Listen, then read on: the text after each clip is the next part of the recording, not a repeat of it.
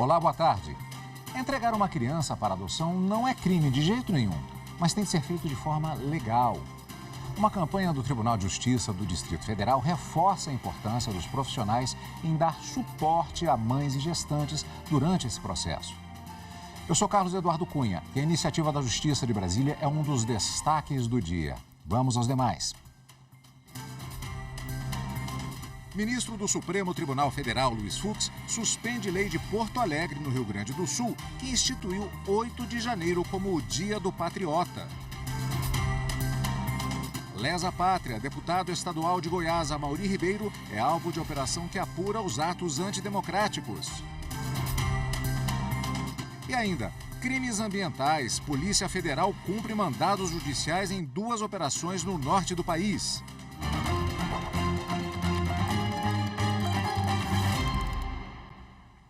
Com a autorização do Supremo Tribunal Federal, a Polícia Federal deflagrou a 15ª fase da Operação Lesa Pátria, que identifica os envolvidos nos atos antidemocráticos.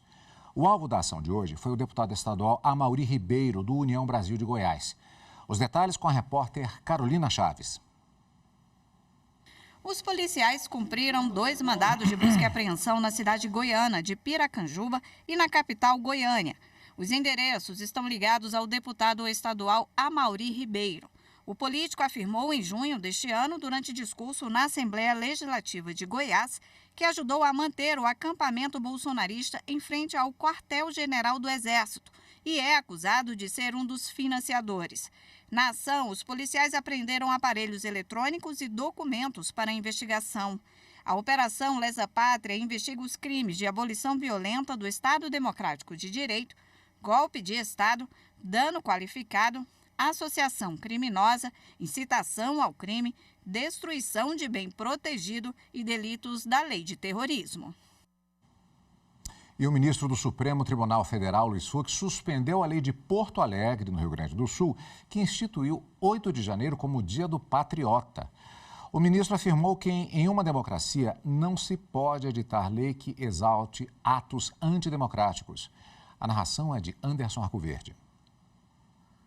No STF, o pedido de suspensão da lei foi feito pela Procuradoria-Geral da República. A PGR alegou que o Dia do Patriota, instituído pelo município de Porto Alegre, é uma afronta aos princípios democrático e republicano.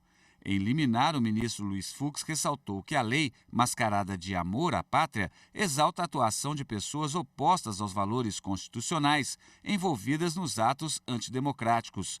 Para Fux, o dia 8 de janeiro não merece data comemorativa, mas repúdio constante.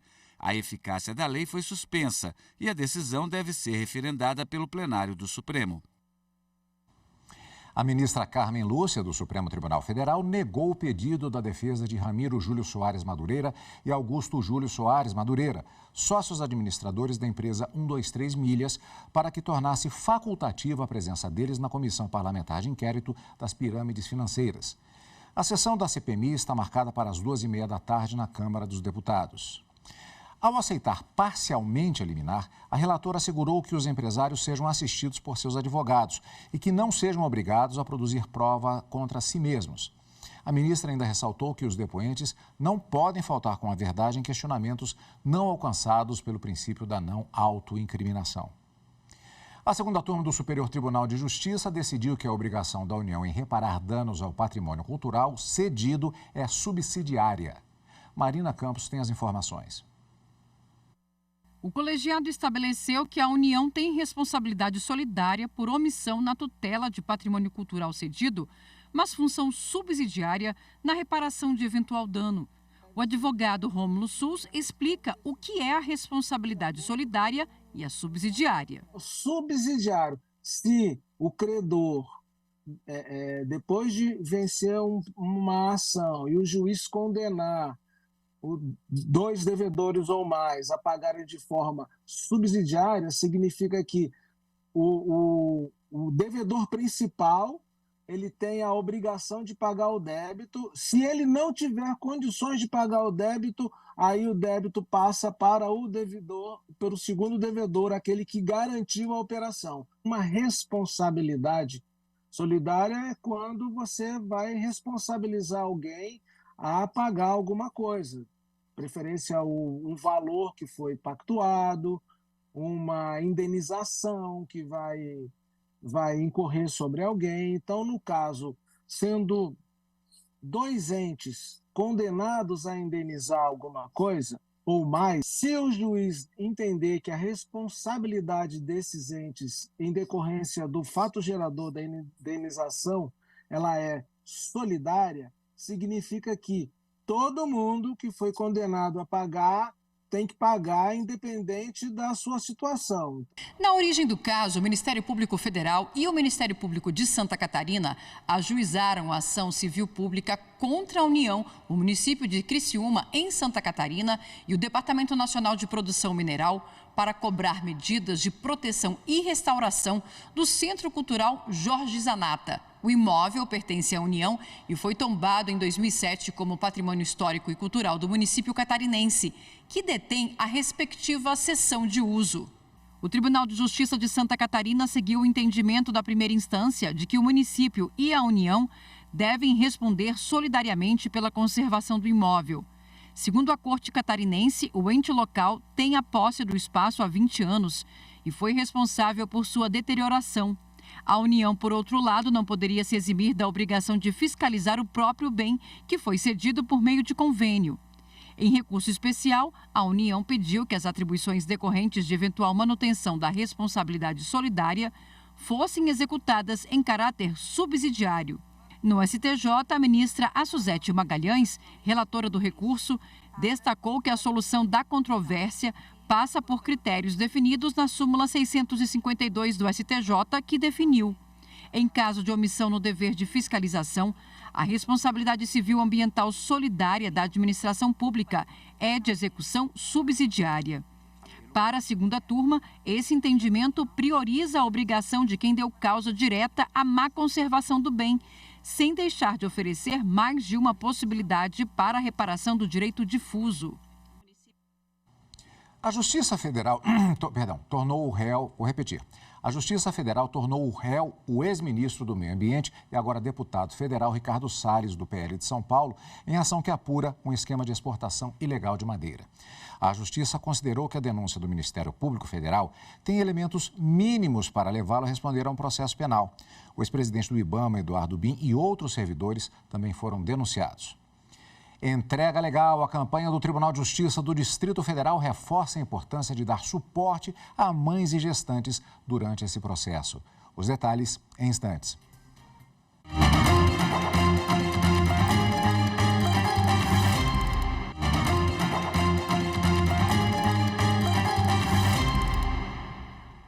Entregar o filho para adoção não é crime e pode ser a melhor opção para garantir à criança os cuidados necessários para uma vida feliz. Mas essa entrega precisa ser feita de forma legal, com o acompanhamento do Sistema de Garantias de Direitos Infanto-Juvenis.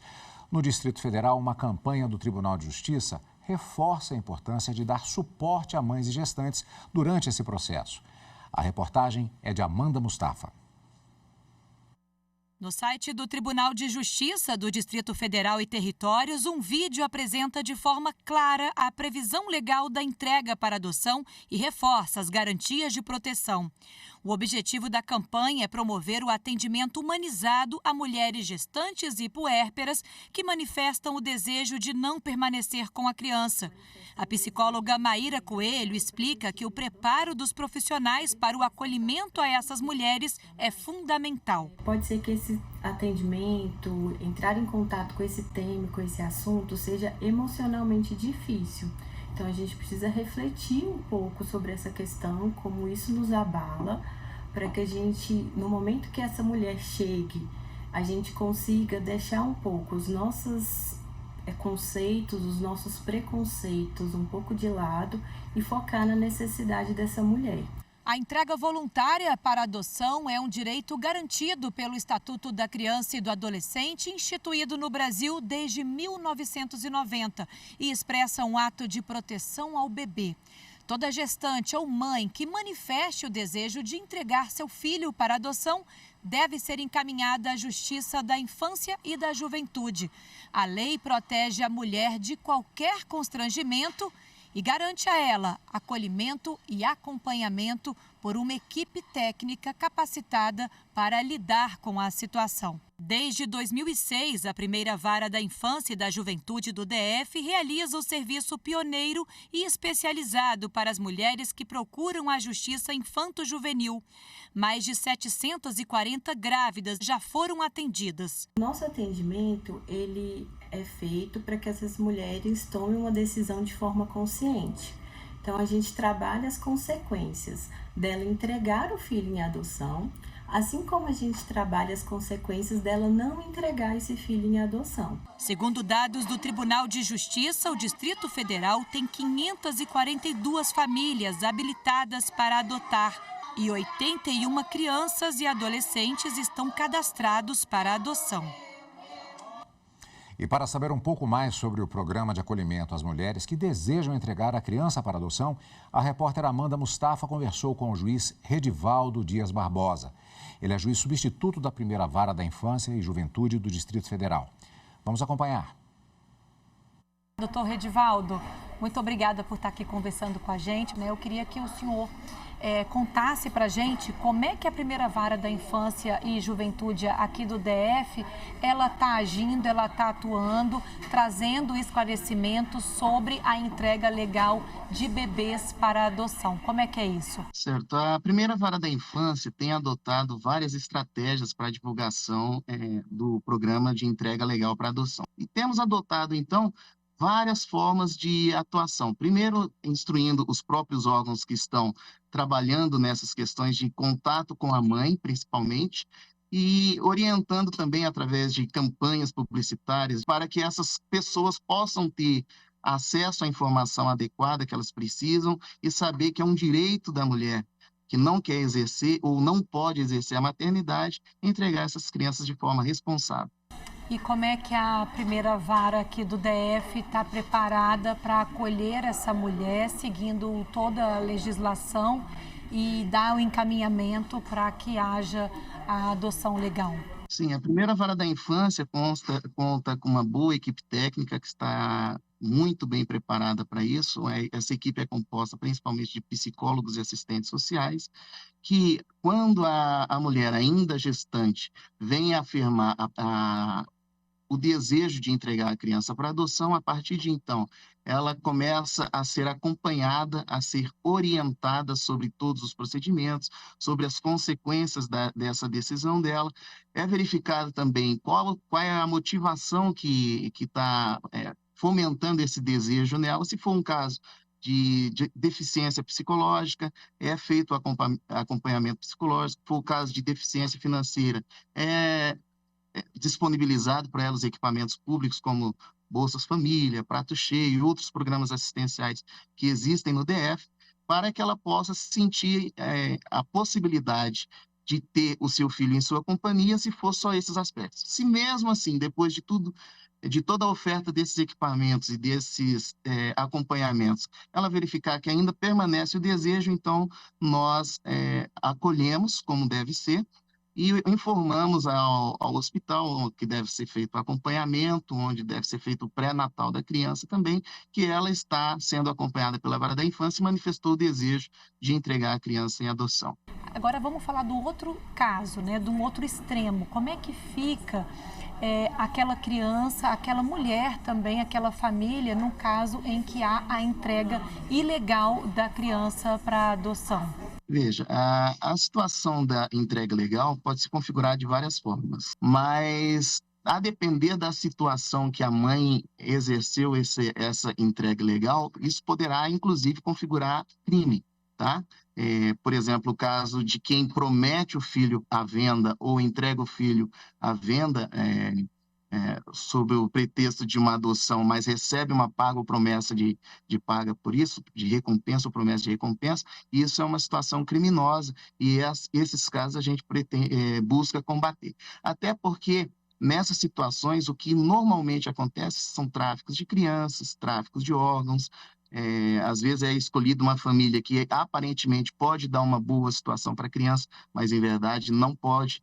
E por estar fora desse contexto que a vara da infância não conhece, isso pode inclusive configurar crime. Doutor Redivaldo, agora falando sobre a preferência das famílias adotantes. Ainda existe um estereótipo, as famílias ainda buscam um perfil X de crianças, aquele bebezinho, uma criança de cor branca.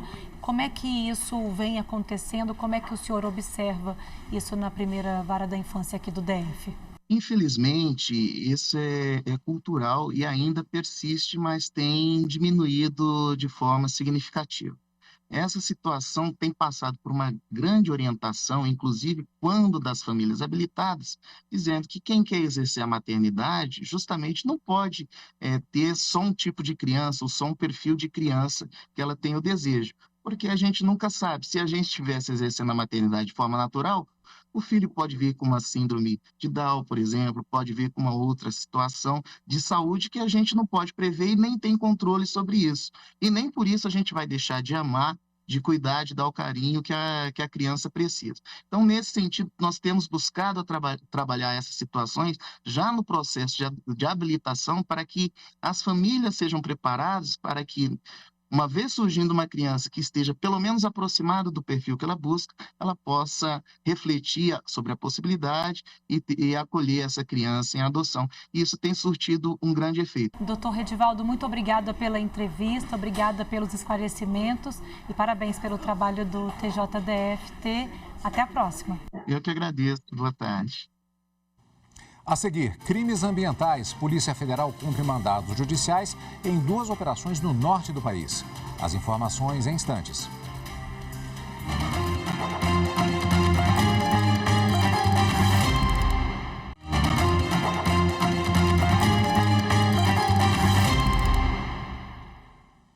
A Polícia Federal realizou hoje 2 operações no norte do país contra crimes ambientais.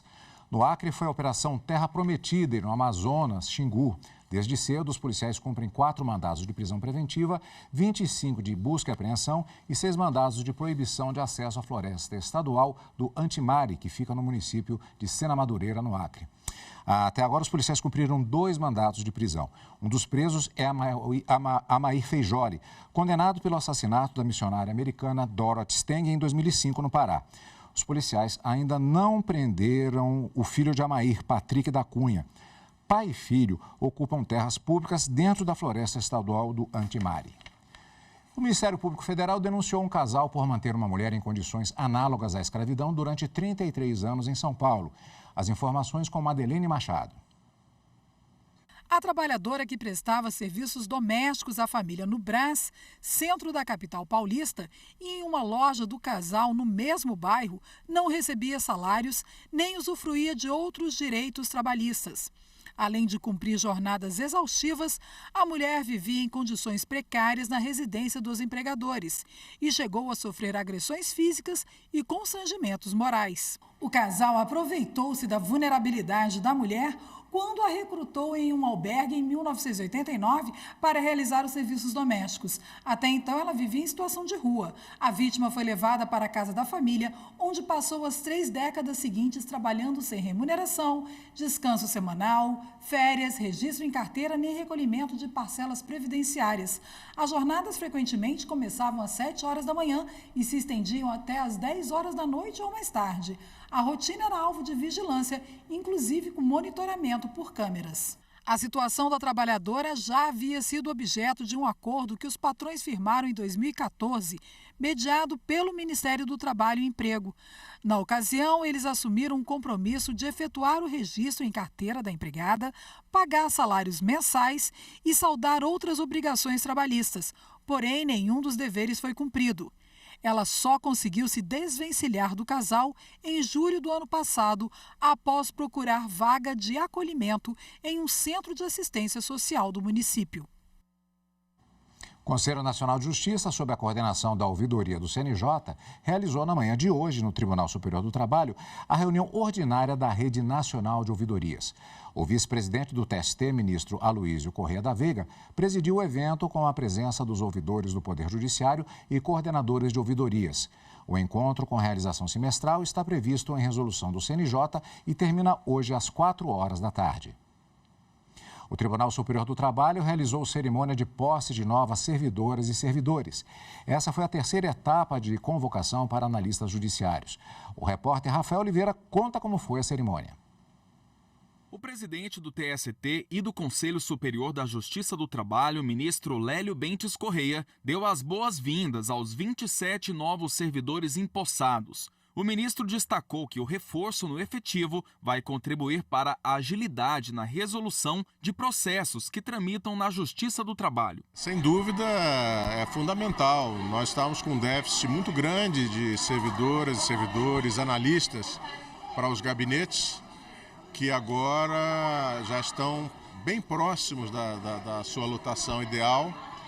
E isso, com certeza, vai nos ajudar a sermos ainda mais céleres e produzirmos com qualidade, indo assim ao encontro do que espera a sociedade do nosso Tribunal da Justiça Social. Uma justiça célere, de qualidade e humanizada. Essa foi a terceira etapa de convocação de novos servidores aqui no TST em 2023. As nomeações foram possíveis graças à sanção da Lei 14.582, de 16 de maio desse ano, que criou 270 cargos de provimento efetivo.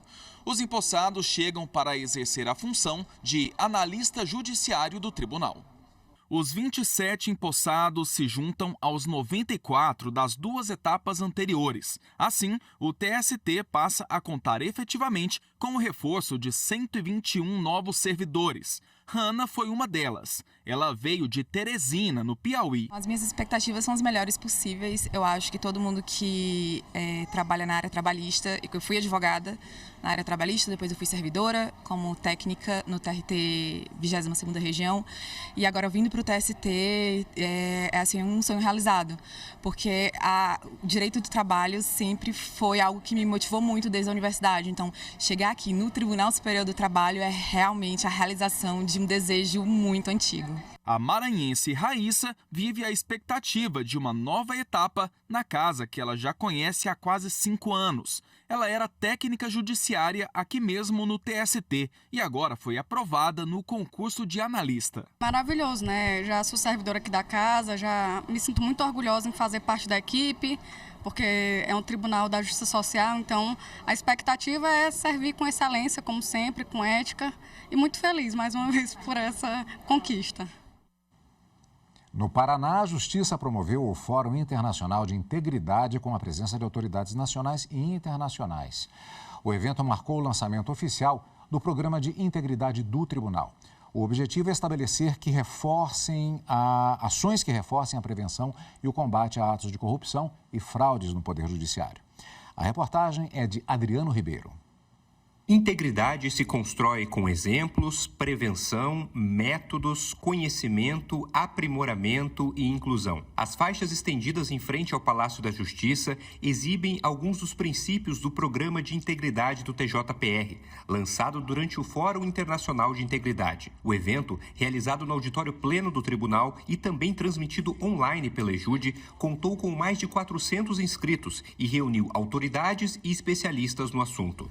Nosso programa visa a ser o norteador das diretrizes, políticas e ações que serão implementadas para fortalecer o nosso ambiente de controle, a integridade das nossas ações e nossos agentes institucionais. O Programa de Integridade foi construído de forma colaborativa dentro do TJPR e reúne ações que visam a construção diária de um ambiente íntegro, ético e transparente no tribunal. Desta forma, busca-se melhorar ainda mais os serviços prestados à sociedade. Ao lançarmos esse Programa de Integridade, a gente manifesta publicamente quais serão as diretrizes, as políticas e as ações que o Tribunal de Justiça do Estado do Paraná vai adotar para a gente prevenir, detectar, remediar fraude, corrupção, desvios éticos e qualquer tipo de comportamento irregular, qualquer tipo de comportamento que quebre a confiança que a sociedade paranaense, a sociedade brasileira,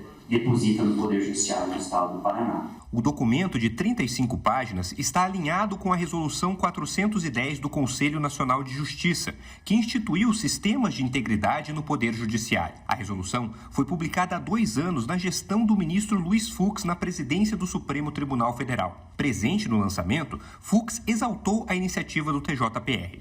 Esse evento é de suma importância para os tribunais, na medida em que a honra e a honestidade representam um binômio que deve gravitar em torno do Poder Judiciário. E o Jornal da Justiça fica por aqui. Obrigado pela companhia e para você uma ótima tarde. Tchau.